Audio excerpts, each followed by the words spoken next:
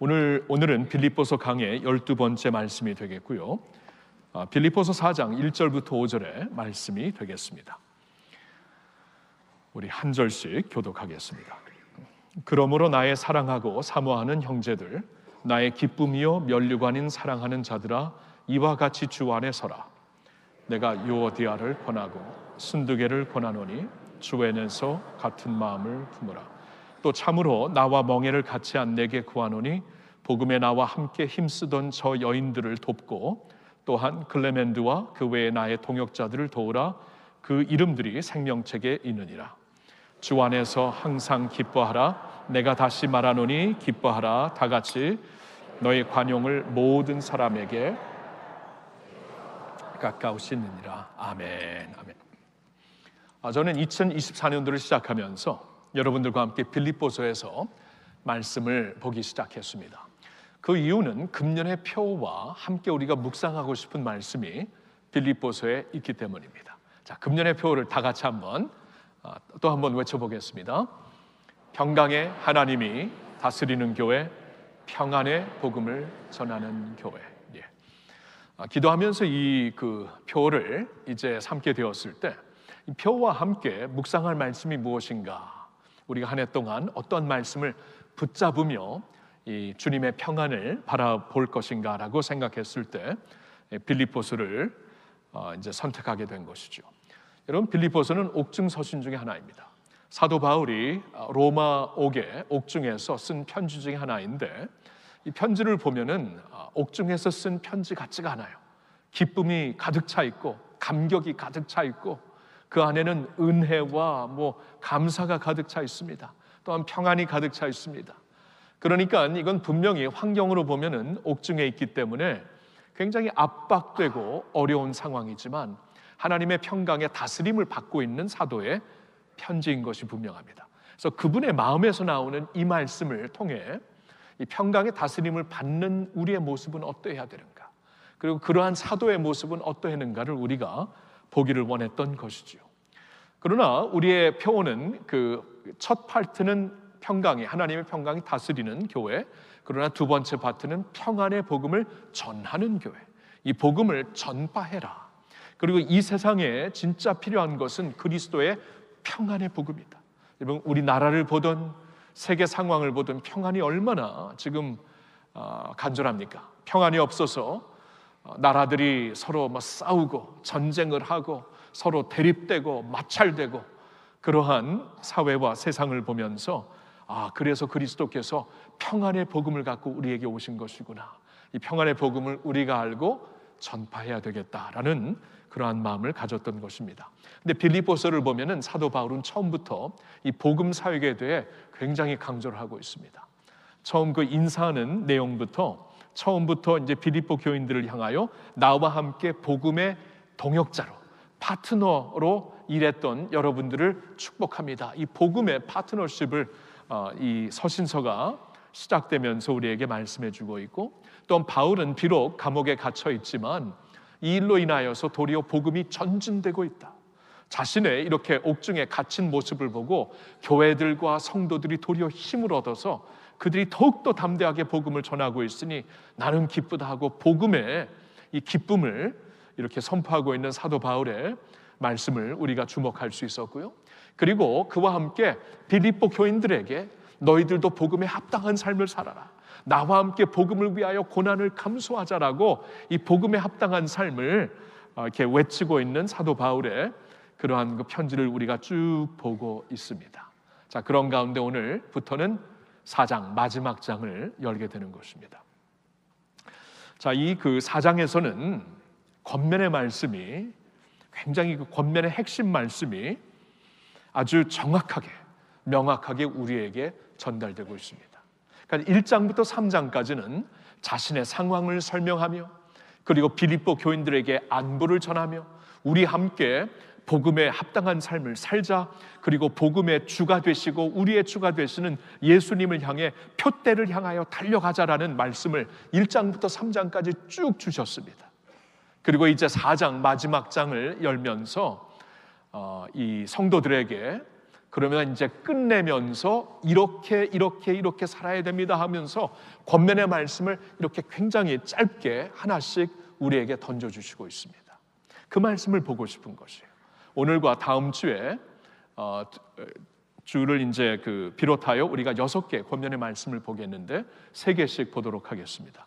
오늘은 처음 3개의 권면, 그러니까 이제 화해하라, 기뻐하라, 관용하라라는 말씀을 여러분들과 좀 나누고 싶습니다. 자, 그럼 첫 번째 권면의 말씀이 무엇입니까? 화해하라입니다. 화해하라. 우리가 복음의 평강의 다스림을 받고 하나님으로부터, 그리고 평안의 복음을 전하는 하나님의 교회가 되기 위해서, 주님의 백성들이 되기 위해서는 화해하는 사람들이 되어야 돼요.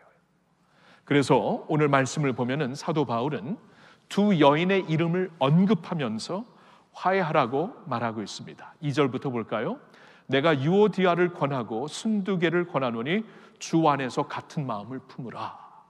자, 이 2 여인의 이름을 언급하면서 구체적으로 지금 무슨 이유로든지 마찰된 상황이 있거든요. 마음이 갈라져 있거든요. 이제는 주 안에서 같은 마음을 품으라라고 그들을 권면하고 있는 것입니다. 그리고 이 권면의 말씀은 또한 이 말씀을 받고 있는 우리에게도 권면하고 있는 것이죠. 주님의 몸된 교회에서 우리가 신앙생활 하다가 분명히 우리는 쉽게 마음이 갈라질 수 있습니다. 쉽게보다도 종종 그럴 수가 있어요. 사람들이 모인 곳이기 때문이죠. 빌립보 교회도 예배가 아니었습니다. 이렇게 유오디아 그리고 순두개를 이렇게 특별히 언급하여 말하는 이유는 그 2 여인은 그 교회에 굉장히 기둥과 같은 인물들이었기 때문입니다. 3절을 보면 그걸 볼 수가 있는데요. 또 참으로 나와 멍에를 같이 한 내게 구하노니, 빌립보 교인들 중에 한 사람에게 이제 간청을 하는 거예요. 복음에 나와 함께 힘쓰던 저 여인들을 돕고, 그러니까 여기 2절에서 말씀하고 있는 유아디아와 순두개는 사도 바울과 함께 복음에 처음부터 힘썼던 사람들이에요. 그러니까 사도 바울이 복음을 전했을 때 여인들이 함께 복음을 전파했고, 어쩌면은 이 빌립보 교회에서 복음을 먼저 접한 그러한 사람인 줄 모르겠어요. 근데 하여튼 처음부터 바울과 함께 복음을 전했던 사람입니다. 그러니까 그 교회의 기둥과 같은 인물들이었어요. 처음부터 지금까지 함께 복음 사역을 감당했던 유오디아와 순두개에게 편지를 하고 있는 것입니다. 자, 이 말씀을 잠시 한번 생각해 보면은 우리가 믿음 생활을 하면서도, 또 믿음이 좋은 사람이면서도 마음이 갈릴 수가 있습니다. 충분히 그렇게 될 수 있다라는 것을 먼저 우리가 인정했으면 좋겠고요. 근데 중요한 것은 갈라진 마음으로 남아있지 말아라 라는 것입니다. 남아있지 말아라. 반드시 화해하라고 말씀을 하는 것입니다. 그 이유는 우리에게 주신 복음이 화해하라는 복음이에요. 화목의 복음이에요. 여러분, 복음을 통해서 우리가 하나님과 화목하게 되지 않았습니까? 성경을 보면은 우리는 원래 하나님과 상관이 없는 사람들이었어요. 아니, 성경에서는 우리는 하나님과 원수된 자들이었다고 말씀을 하는데, 그리스도 예수의 복음으로 말미암아 하나님과 화목하게 되었어요. 하나님과 원수지간이었는데 예수 그리스도의 복음, 십자가 복음으로 인하여서 하나님과 화해하게 되었다. 놀라운 복음을 우리는 알게 되었습니다. 근데 우리는 하나님과 화목한 것뿐만이 아니라 다른 사람들과도 화목을 한 것이에요. 전에는 서로 이렇게 보지 않는 사람들이었을 줄 모릅니다. 여러 가지 이유로 서로 원수지간이었는지 모릅니다. 그런데 에베소서 2장 13절부터 보면은 그러한 우리들에게 이 둘, 서로 같이 하나가 될 수 없었던 이 둘을 하나님께서 어떻게 하셨는가? 이제는 전에 멀리 있던 너희가 그리스도 예수 안에서 그리스도의 피로 가까워졌는데, 15절에 보니까 이 둘로, 전에는 갈라져 있었던 이 둘로 자기 안에서 한 새 사람을 지어 화평하게 하시고, 16절에 보니까 2장 16절 에베소서에 보니까 이 십자가로 이 둘을 한 몸으로 하나님과 화목하게 하셨고, 18절에 보니까 그로 말미암아 우리 둘이 한 성령 안에서 아버지께 나아감을 얻게 하려 하셨다. 이렇게 말씀을 하고 있어요. 그러니까 우리가 알고 있는 이 복음이라는 것은 화목의 메시지로 우리에게 전해주시는 하나님의 복음이며 동시에 화해를 이끌 수 있는 하나님의 능력이 되는 것이에요. 하나님과 화목할 수 있고 서로와 화목할 수 있는 이 복음, 그렇죠? 그래서 우리나라에서도 전에는 이제 남북이 갈라져 있었지만, 그리고 남북이 우리 그 역사적으로 보면 원수지간이었지만, 이제는 남과 북이 하나가 되어서 우리 교회에서도 통일면 꽤 있습니다. 우리가 한 형제 지체로서 하나님을 섬기고 있습니다. 전에는 지역적인 갈등이 있을 수도 있었고, 또 다른 이유로 우리가 이념으로 갈등이 있을 수 있었지만, 예수 그리스도의 복음으로 한 형제와 자매가 되었어요. 그렇죠? 같이, 다른 데서는 같이 할 수 없는 자들이 복음으로 말미암아 예수 안에서 한 몸이 되어 하나님 아버지께 나아가서 한 지체가 되었다, 형제 자매가 되었다라는 말씀입니다. 이게 복음인데 우리가 화해하지 않는다면 그 복음의 능력이 어떻게 우리 안에서 역사할 수 있을까요? 복음 자체가 화목에 대한 메시지이며 하나님의 명확한 말씀이 되는데, 그 복음과 상관없이 화목하지 못하고 있는 우리가 된다면 그 복음의 능력을 알아갈 수가 없는 것이죠. 그러한 주님의 교회를 통해서 복음의 능력은 흘러나갈 수가 없는 것입니다. 그래서 하나님은 화해하라고 말씀을 하고 있는 것이에요. 여러분, 금년에 우리에게 주시는 이 빌립보서의 말씀을 이제 마감하면서 이 마지막 4장을 열면서 주시는 첫 번째 권면이 서로 화해하라입니다. 주 안에서 서로 화해하라. 우리가 감정적으로 힘드니까 주 안에서 주님을 바라보며 화해하라. 서로는 갈라져 있지만 주님을 바라보면서 나아가면 화해할 수 있다. 서로는 방향이 다르지만, 생각이 다르지만 주님을 바라보면서 방향을 맞추면 화해할 수 있다. 주 안에서 한 마음을 품으라라고 말씀하고 있어요. 여러분, 화해할 지체들이 있습니까? 우리가 하나님 앞에서 화해해야 되는 성도들이 있습니까? 오늘 주신 말씀을 따라 우리 지연하지 말고 화해할 수 있는 주님의 백성들이 되기를 예수님의 이름으로 축원합니다. 근데 화해를 생각하면서 제가 좀 생각한 성경의 인물이 하나 있습니다. 요셉이죠. 이제 요셉을 보면은 그는 화해를 통해서 하나님의 능력, 복음의 능력이 흐르게 한 자이죠. 여러분, 그 창세기를 보면은 창세기 마지막 장이 요셉이 형들과 화해하면서 창세기가 끝나고, 창세기는 성경의 첫 책이고 창세기, the beginning, 어떻게 시작이 되었는가를 우리에게 말씀해 주시는 말씀인데, 하나님의 나라, 그리고 하나님의 복음으로 인한 하나님의 나라가 어떻게 런칭이 되었는가, 어떻게 시작이 되었는가, 창세기 마지막 장을 통해 우리에게 분명히 말씀하십니다. 화해를 통해 하신 것이다. 요셉이 형들과 화해하게 되었을 때, 그러니까 화해 그러면은 가장 떠오르는 인물이, 성경적인 인물이 요셉이거든요. 근데 요셉을 보니까 우리가 좀 화해할 때 배울 수 있는 것 두 가지가 있어요. 그게 뭐냐 하면은, 첫째로는 하나님의 주권을 주목하는 것이고, 두 번째로는 하나님의 선하심을 주목하는 것입니다. 요셉의 경우 형들에게, 오래전 형들에게 이제 완전히 그 배신을 당하고 형들이 그를 팔아버렸죠. 타국의 종으로 팔아버렸죠. 그래서 너무나 힘든 나날들을 보냈던 요셉이었는데, 나중에 그는 하나님의 은혜로 애굽의 국무총리가 되었고, 국무총리가 된 모습으로 언젠가 형들을 다시 만나게 됩니다.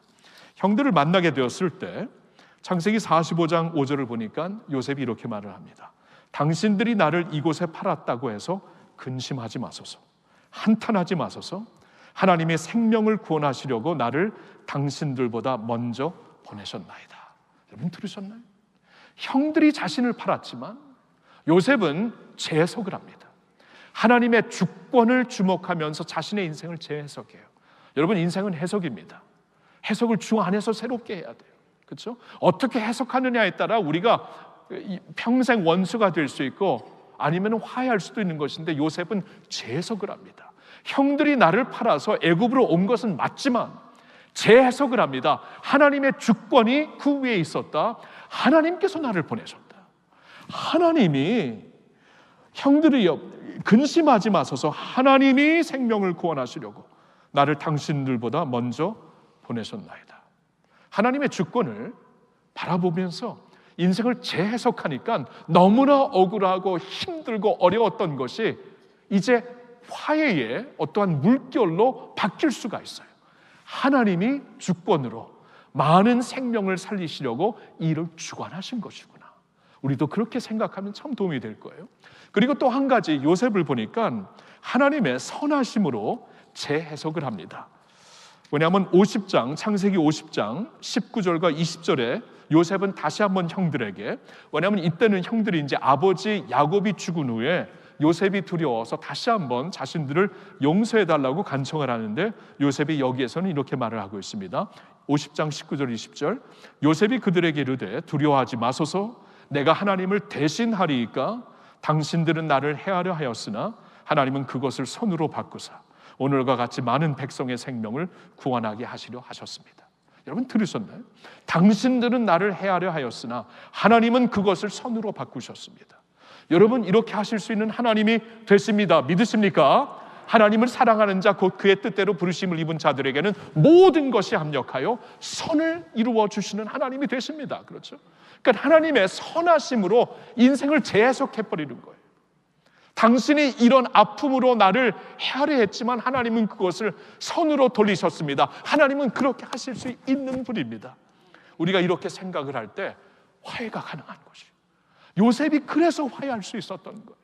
그렇죠? 주 안에서 자신의 생각을 내려놓고 주 안에서 생각을 새롭게 하며 하나님의 주권과 하나님의 선하심으로 자신의 인생을 재해석해 버리니까, 아, 여기에도 하나님의 주권이 있었고 생명을 살리려는 하나님의 섭리가 있었고, 여기에도 하나님께서 해가 해로 남지 않고 선으로 바꿔주신 것이구나. 하나님은 그렇게 하실 수 있는 분이니까, 여러분 충분히 그렇게 하실 수 있는 우리 하나님이시니까 하나님 안에서 화해할 수 있는 여러분 모두가 되시기를 예수님의 이름으로 축원합니다. 이 가정의 달을 맞이해서 가정에서도 화해할 수 있는 축복이 있기를 예수님의 이름으로 축복합니다. 화해하라. 두 번째로는 기뻐하라. 기뻐하라. 4장 4절의 말씀을 보실까요? 여기 보면은 사도 바울이 주 안에서, 다시 한번 주 안에서 항상 기뻐하라. 와, 항상 기뻐하라. 내가 다시 말하노니 기뻐하라.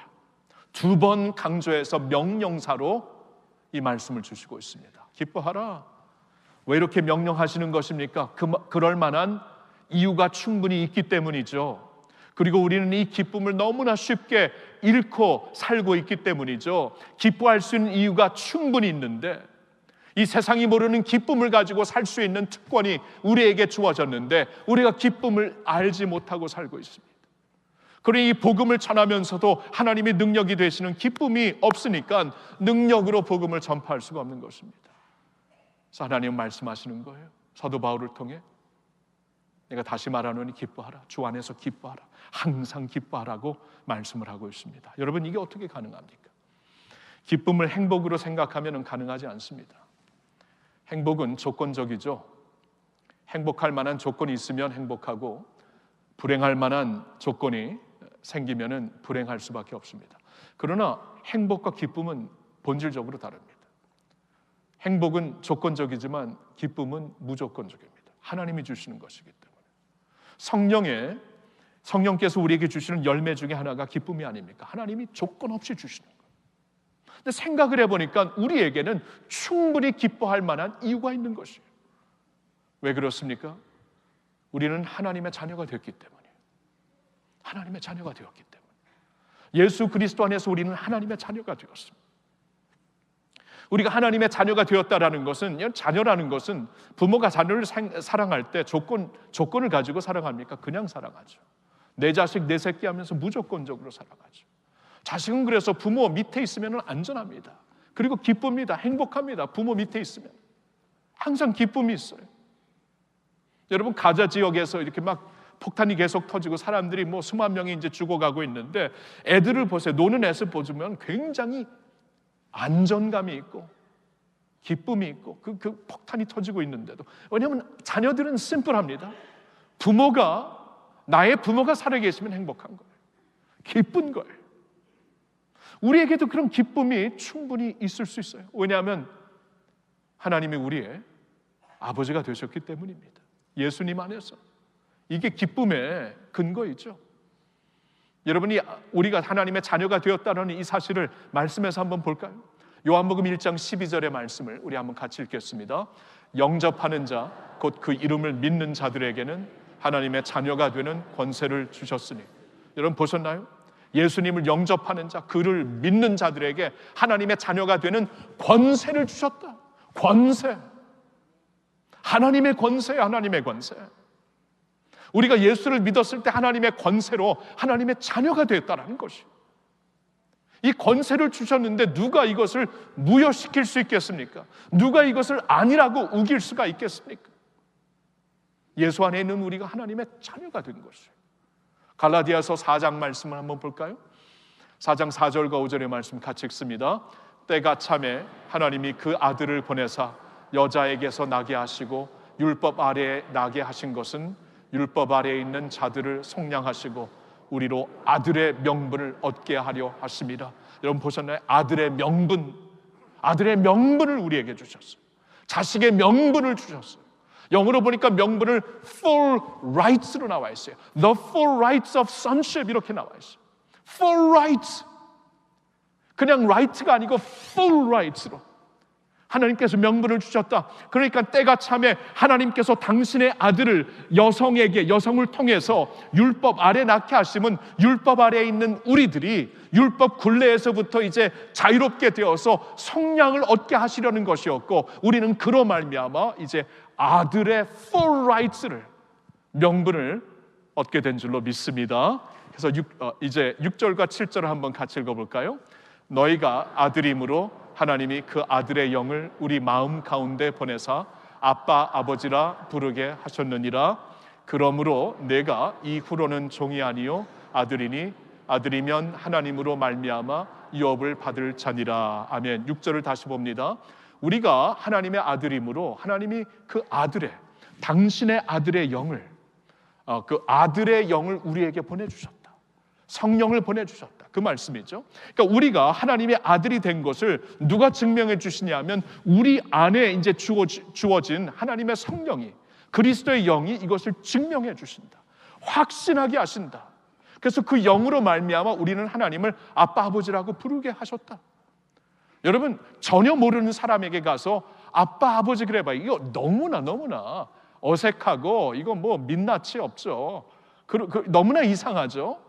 제 아들이 아닌 사람이 저한테 와서 아버지 그러면 이게 뭐야 그러죠. 그럴 수밖에 없죠. 근데 우리가 하나님을 향하여서 아버지라고 부를 때 여러분 이상합니까? 이게 낯선 말이 됩니까? 아니에요. 굉장히 감격스럽죠. 너무나 자연스럽죠. 기도할 때마다 저는 하나님 아버지, 아버지, Heavenly Father, 항상 이렇게 하나님을 부르면서 기도를 해요. 전혀 어색하지 않습니다. 왜냐하면 성령이, 믿는 자들에게 성령을 주셔서 우리가 아들 된 것을, 딸 된 것을 하나님께서 그 영으로 증명시켜 주시는 거예요. 그래서 예수를 믿는 모든 자들을 하나님을 아버지로 부를 때 이것처럼 자연스러운 게 없다라는 것이에요. 성령이 오셔서 인쳐주시고 확인시켜 주시는 겁니다. 그래서 7절을 보니까 그러므로 내가 이후로는 종이 아니요 아들이니, 자식이니 아들이면 하나님으로 말미암아 유업을 받을 자니라. 여러분, 이게 기쁨이죠. 예수로 말미암아 하나님의 아들, 딸이 되는 명분, full rights를 받게 되었고, 그래서 언젠가 하나님의 상속자로, 그리스도와 함께한 하나님의 상속자로 살 수 있게 그 상속을 바라보며 살게 하셨기 때문에 여러분, 우리에게 기쁨이 있는 것이죠. 자녀니까 기쁨이 있고 하나님의 상속을 바라보니까 기쁨이 있죠. 군대가 아무리 힘들어도 군대 제된 날이 다가옵니다 하면 기쁘잖아요. 그렇죠? 그날을 바라보잖아요. 그렇죠? 아무리 지금 뭐 힘들게 뭐 고시를 준비할지라도 이 고시가 끝나고 합격하면은 내가 이제 명분을 가지고 변호사로서, 판사로서, 검사로서 일할 수 있다. 여러분, 이 기쁨이 있잖아요. 이게 바라보면서 지금은 힘들어도 기쁨이 있는 것이에요. 이 기쁨이 우리에게 주어졌다라는 것입니다. 이 명분이 우리에게 주어진 것이에요. 언젠가 제가 이제 제주도에 가서 어느 한 주차장에 서 있는데, 어느 아침에 어디 가기 위해 주차장에 서 있는데 뭐 어디서 그 리트리버 강아지가 막 달려와갖고 꼬리를 흔들면서 안 떠나는 거예요. 개들이 저를 좋아합니다. 왠지는 모르겠는데 개들이 저를 좋아해요.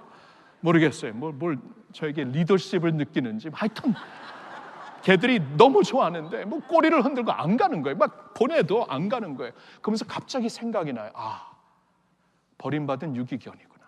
그러니까 그런 일이 많다 그러잖아요. 이렇게 휴양지 와서 막 이제 키우던 애완동물을 버리고 가는 그런 일들이 종종 있다고 하는데, 참 그런 일 없었으면 좋겠는데 그런 일이 있잖아요. 갑자기 생각이 나. 아, 이 녀석이 유기견이구나. 그래서 막 꼬리를 흔들면서 안 떠나는 걸 보니까 나를 당신의 것으로 삼아주세요, 이제 그런 뜻이죠. 걔가 말을 할 수 있다면 당신이 나의 주인이 되었으면 좋겠습니다. 나를 데려가 주세요. 당신 것으로 만들어 주세요. 이제 그런 느낌이죠. 근데 여러분, 아무리 자신이 나는 당신의 것입니다라고 말을 할지라도 이쪽에서 너는 내 것이 아니다 하면 내 거 아니에요. 여러분, 아무리 그렇게 안 됐지만 제가 데리고 올 수가 없었죠. 데려오면 어떡합니까? 아내한테 혼나죠, 그렇죠? 제주도에서 갑자기 그냥 유기견 갖고 오면 혼나. 이게 그럴 수가 없죠. 그러니까 뭐 아무리 당신의 것이 되겠습니다, 너는 내 거 아니야, 이럴 수밖에 없었죠. 여러분, 그때 그런 생각을 하면서 하나님이 우리에게 너는 내 것이라고 부르시는 거 아세요? 이사야 43장을 보면 내가 너를 지명하여 불렀나니 너는 내 것이다, 너는 내 것이다라고 말씀을 하고 있어요. 하나님이 내 하나님이 됐으면 좋겠습니다라고 우리가 아무리 외쳐도 하나님이 너는 내 것이다 말을 하지 아니하면 우리 하나님의 것 아니에요. 하나님이 결국에는 하나님이 너는 내 것이다 말씀해 주셔야 되는데, 성경은 그 정도로 말씀하는 게 아니라, 너는 내 것이다 이 정도로 말씀하는 게 아니라 너희에게 아들의 명분을 주었다라고 말씀을 하세요. 명분을 주었다. 너는 내 것뿐만이 아니라 나의 삶 전체이다. 여러분, 아들의 명분이 그게 아닙니까? 너희 내 인생이다. 너는 내 인생이다. 내가 너를 돌보겠다. 내가 너를 떠나지 않겠다. 내가 너를 반드시 붙잡아 주겠다. 이게 아버지의 마음이 아닙니까? 여러분, 거기에 우리의 기쁨이 있는 것이죠. 거기에 우리의 기쁨. 다시 말하노니 항상 기뻐하라. 명령사로 2번을 얘기합니다. 왜냐하면 기뻐할 수 있는 이유가, 명분이 충분히 있는 것이에요. 사랑하는 성도 여러분, 우리가 자녀로 명분을 받았고, 하나님의 자녀로 명분을 받았고, 예수 그리스도 안에서 하나님이 그리스도 안에 있는 우리를 너는 내 것이라 지명하여 불러주셨기 때문에 거기에 우리의 기쁨이 비롯된 줄로 믿습니다. 기쁨이 있는 것이죠. 그래요. 그래서 기뻐하라. 이게 하나님의 기쁨이에요. 하나님의 영광이에요. The glory of God is man fully alive. 토설 목사님이 그랬죠. Glory of God. 하나님의 영광은 하나님 안에서 이 충만한 삶을 사는 우리의 모습이다. 그렇죠? 충만한 삶, 기쁨이 없이는 불가능합니다. 불가능해요. 그러니까 우리가 기뻐해야, 이게 하나님이 기뻐하시는, 찾으시는 것. 그리스도 안에서 기뻐할 수 있는 우리를 찾으시는 거예요. 그럴 만한 충분한 명분이 있기 때문에 오늘도 하나님이 나를 가리켜서 너는 내 것이다, 너는 내 거야, 너는 내 인생이야, 너는 내 생명이야 라고 말씀하시는 하나님의 음성을 들으면서 환경이 어떠하든지 상황이 어떠하든지 주님의 기쁨으로 사시기를 예수님의 이름으로 축원합니다. 세 번째 권면은 관용하라. 그렇죠? 화해하라, 기뻐하라, 관용하라. 4장 5절의 말씀입니다. 너희 관용을 모든 사람에게 알게 하라. 주께서 가까우시니라. 너희 관용을 모든 사람에게 알게 하라.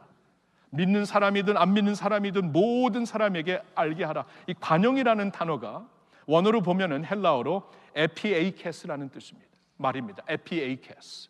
이 에피에이케스라는 이 언어의 뜻은 온당하다, 페어하다, 합리적이다, 리즈너블하다, 친밀하고 품이 있다, 젠틀하다, 그런 뜻이에요. 그래서 NIV 영어 버전에 보면은 이 관용을 젠틀니스로 그냥 쉽게 이렇게 번역을 하고 있습니다. 주님의 온유한 모습이에요. 그러니 어려운 상황에서도 쉽게 요동되지 않고 평정을 유지하고 있는 그 모습, 또한 사람들과 마찰되는 상황 가운데서도 자신의 당연한 권리를 포기하고 다른 사람을 향해 너그럽게 대할 수 있는 그러한 태도를 가리키는 거예요. 너희가 복음의 능력으로 살고 싶니? 이 평안의 복음을 전하는 사람들이 되고 싶니? 관용하는 사람들이 돼요. 너그러운 사람이 되어라. 쉽게 성내지 않고 젠틀한 사람이 되어라. 그런 말씀을 하고 있는 거예요. 여러분, 근데 이게 어떻게 가능해요? 살다 보면은 막 뿔따귀가 나고 뚜껑이 날아가고 그럴 때가 있잖아요, 그렇죠? 그럴 때가 얼마나 많습니까? 근데 모든 사람에게 관용을 보여라, 이 말씀이에요. 관용을 보여라. 주님의 이 관용, 이 너그럽고 젠틀하고 아름답고 쉽게 성내지 않고 평온을 유지하는 그러한 마음을 보여라. 그런 마음을 보이는 사람이 되어라. 주께서 가까우니라고 말씀을 하시고 있어요. 저는 이 말씀을 묵상하면서 요사이 제가 좀 이렇게 씨름하고 있는 제 모습을 다시 한번 보게 되었습니다.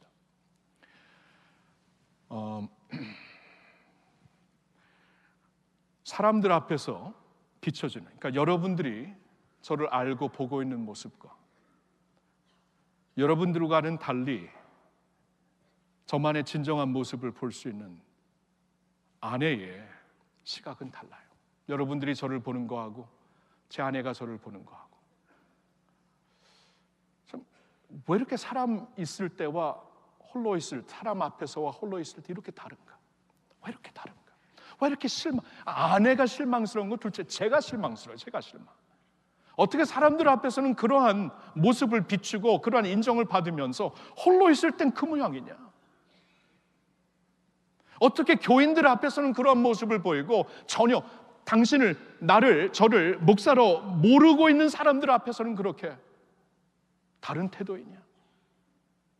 얼마나 실망스러운 거 있죠?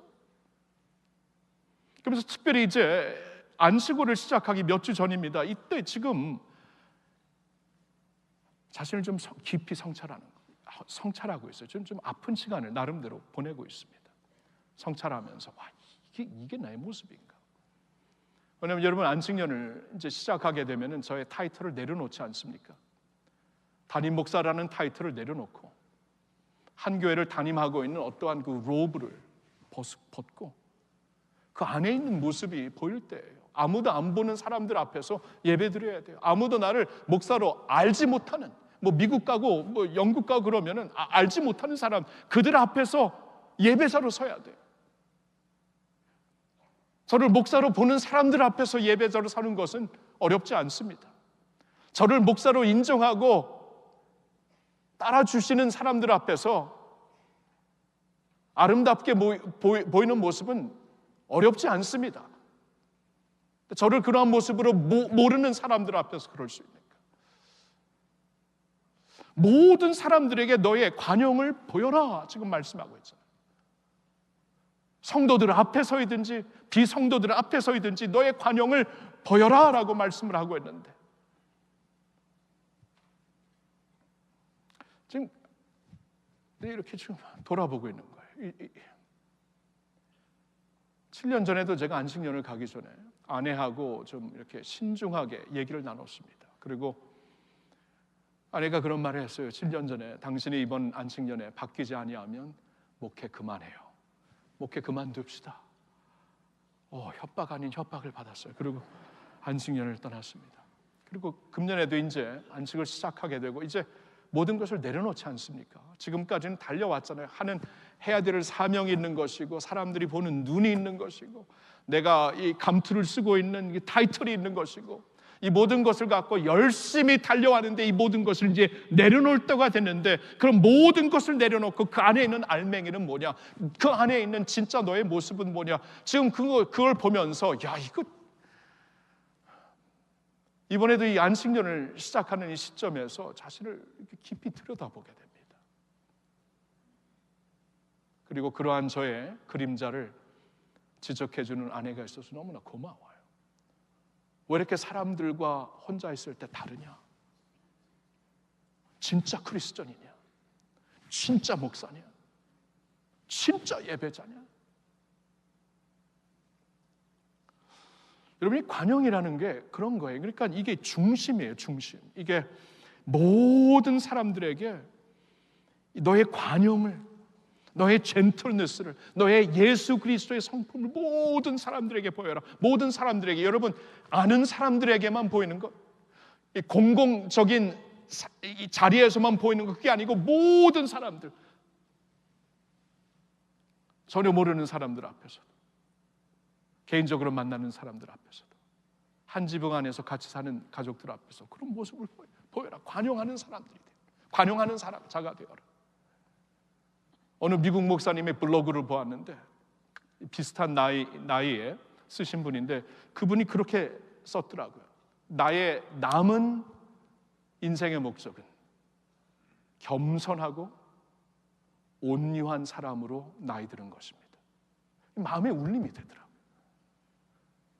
캐나다에서 꽤 그래도 목회를 잘 하시는 분인데, 이제 그도 60대에 들어가면서 나의 이제 남은 인생의 목적은 뭐 거대한 무슨 어떠한 목표나 표대가 아니라 예수님 안에서, 예수님을 바라보면서 예수님 안에서 겸손하고 인자한 사람으로 늙어가는 것이다. 이렇게 해서 가슴에 울림이 되더라고요. 근데 그게 진짜 모습이 아니겠어요? 예수님이 나는 겸손하고 온유하다, 내게서 배우라 그러지 아니하셨습니까? 그 모습이 안 보이는 거예요. 그래서 나름대로 좀 위기감을 느껴요.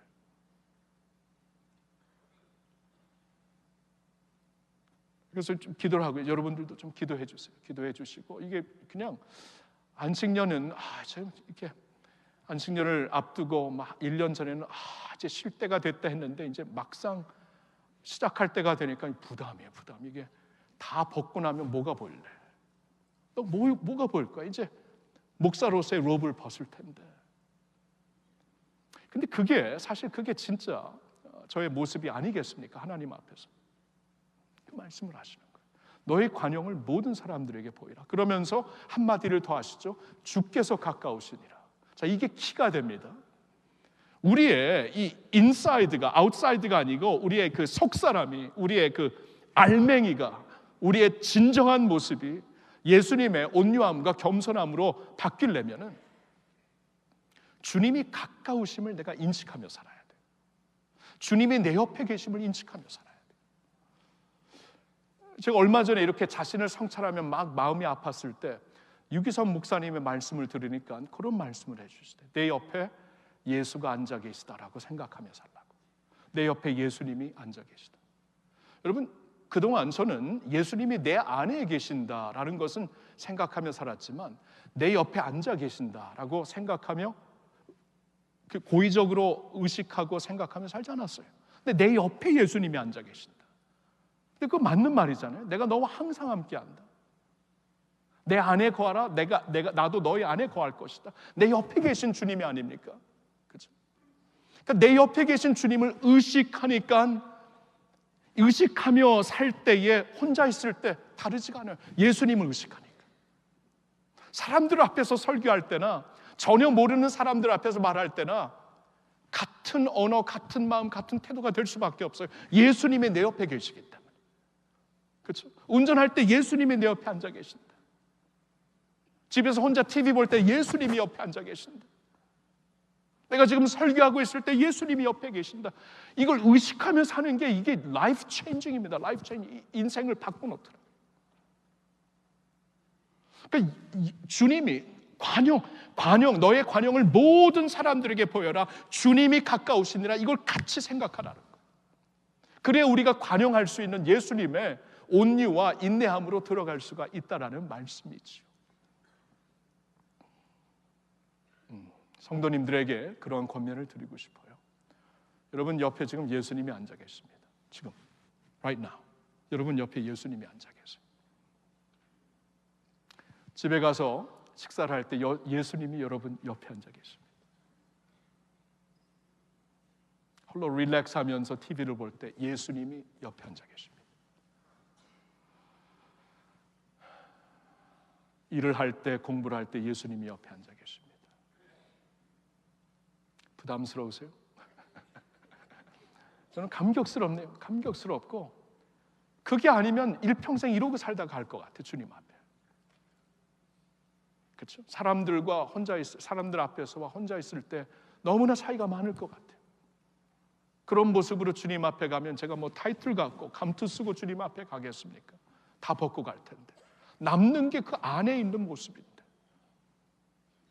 지금부터 예수님이 가까이 계심을 인식하며, 그리고 고의적으로 의식하며, 의도적으로 의식하며 주님이 가까우심을 피부로 느끼면서 살 때에 우리가 예수님의 젠틀한 사람으로, 예수님의 험벌한 사람으로, 겸손하고 온유한 사람으로 살 수 있게 되는 것입니다.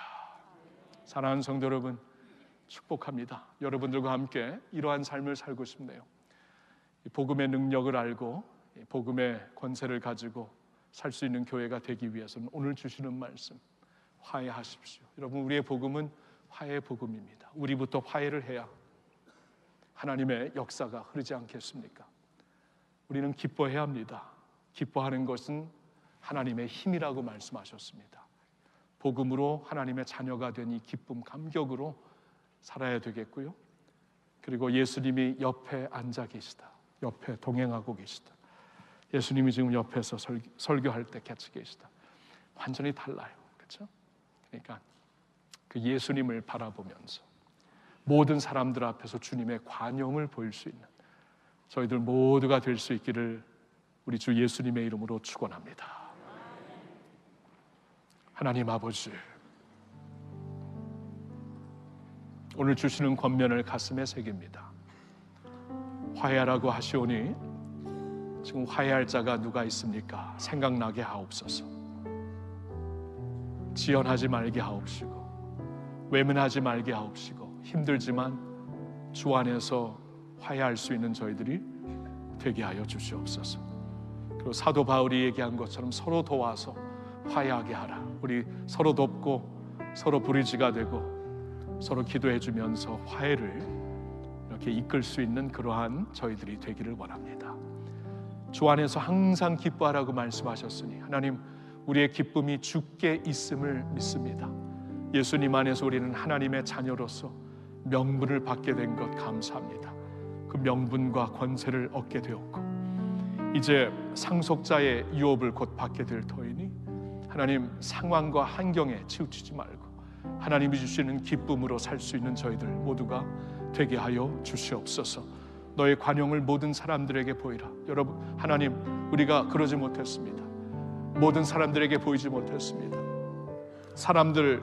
많은 사람들, 나를 아는 교인들 앞에서의 모습과 나를 모르는 밖에서의 모습이 달랐습니다. 인정해주는 사람들 앞에서의 모습과 집에 같이 살고 있는 아내와 자녀들 앞에서 우리의 모습이 달랐습니다. 하나님, 주님이 가까이 계심을 인식하며 주님이 내 옆에 계심을, 바로 내 옆에 앉아 계심을, 서 계심을 의식하면서 주님의 관용을 배워갈 수 있는, 그리고 모든 사람들에게 나타낼 수 있는 저희들이 되게 하여 주시옵소서. 예수님의 이름으로 감사드리며 기도하옵나이다. 아멘, 아멘.